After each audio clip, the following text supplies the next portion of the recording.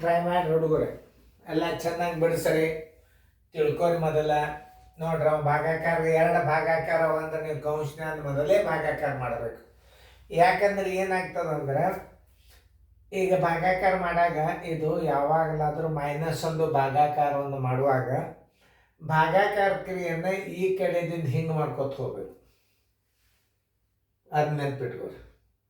Minus ಆದರೂ ಸಹಿತ ಈ ಕಡೆ ದೊಡ್ಡ ಅಂಕಿದಿಂದ ಹಿಂಗೆ ಕಳ್ಕೊತ ಹೋಗ್ಬೇಕು. ಪ್ಲಸ್ ಆ ಗುಣಾಕಾರ ಹೆಂಗೆ ಮಾಡಿದ್ರು ನಡೀತದೆ. ಆದರೆ ಭಾಗಾಕಾರ ಮಾತ್ರ ನೀವೇನು ಮಾಡಬೇಕು, ನಿಮ್ಮ ಎಡಗಡೆಯಿಂದ ಅಂದ್ರೆ ಎಡಗಡೆಯಿಂದ ಹಿಂಗೆ ಭಾಗಿಸೋತ ಹೋಗ್ಬೇಕು. ಭಾಗಾಕಾರ ಲೆಕ್ಕಗಳನ್ನು ಕಂಟಿನ್ಯೂ ಭಾಗಾಕಾರಗಳು ಬಂದಿದ್ರೆ ಇದು ನೋಡ್ರಿ ಕ್ರಮಬದ್ಧವಾಗಿ ಭಾಗಾಕಾರ ಬಂದ್ಬಿಟ್ಟದೆ. ನೋಡಿ, ಈಗ ನಾವು ಈ ಕ್ರಿಯೆಯನ್ನು ನೀವು ಮಾಡಿರಿ, ಟೈಮ್ ಆಗ್ತದ, ನೀವು ಮಾಡಿರಿ, ನಾ ಮಾಡಿದ್ದೀನಿ ತಿಳಿಸ್ತೀನಿ, ಲಕ್ಷ ಕೊಟ್ಟು ನೋಡ್ರಿ. ಈ ಕ್ರಿಯೆಯನ್ನು ನೋಡಿ ಹಚ್ಕೋರಿ.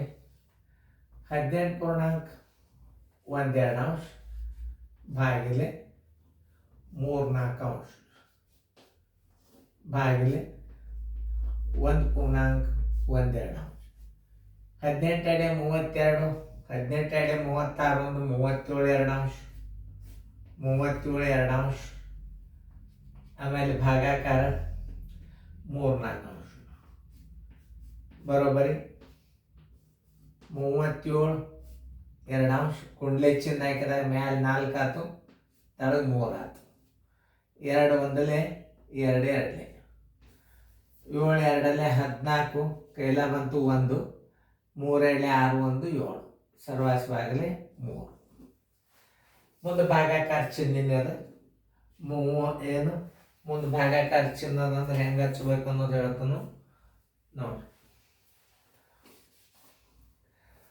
74 3/2 ಭಾಗಿಲೆ 1.12 ಬರೋಬ್ಬರಿ 74 3/2 ಭಾಗಿಲೆ 2 2 1 3 3/2 ಬರೋಬ್ಬರಿ 74 3/2 ಗುಂಡ್ಲೆ ಮ್ಯಾಲೆ 2 ತಳಗ 3.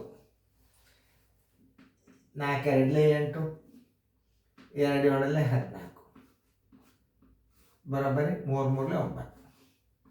9 ಒಂದಲೇ 9, 14 9 ಕಳೆದ್ರೆ 5 ಉಳಿತು. 9 7 60, 9 5 96 54, 4 ಉಳಿತು. 4 9 ಆನ್ಸರ್ ಇಸ್ ಈಕ್ವಲ್ ಟು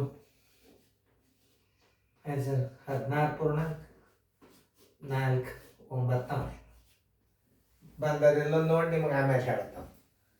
14.4 ಹಾಂ 14.4 ಬಂದದ. ರೈಟ್ ಹಾಕ್ಕೊಡ್ರಿ.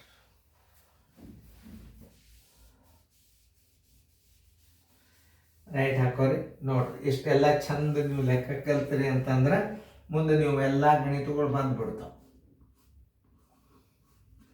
ನೋಡಿ, ಭಾಗಾಕಾರ ಮಾಡಕ್ಕೆ ಹೆಂಗೆ ಮಾಡ್ಬೇಕು ಅನ್ನೋದು ತಿಳಿತಲ್ಲ ನಿಮಗೆ. ಚೆನ್ನಾಗಿ ತಿಳ್ಕೊಂಡು ಫೇರ್ದಾಗ ಬರ್ಕೊಡ್ರಿ.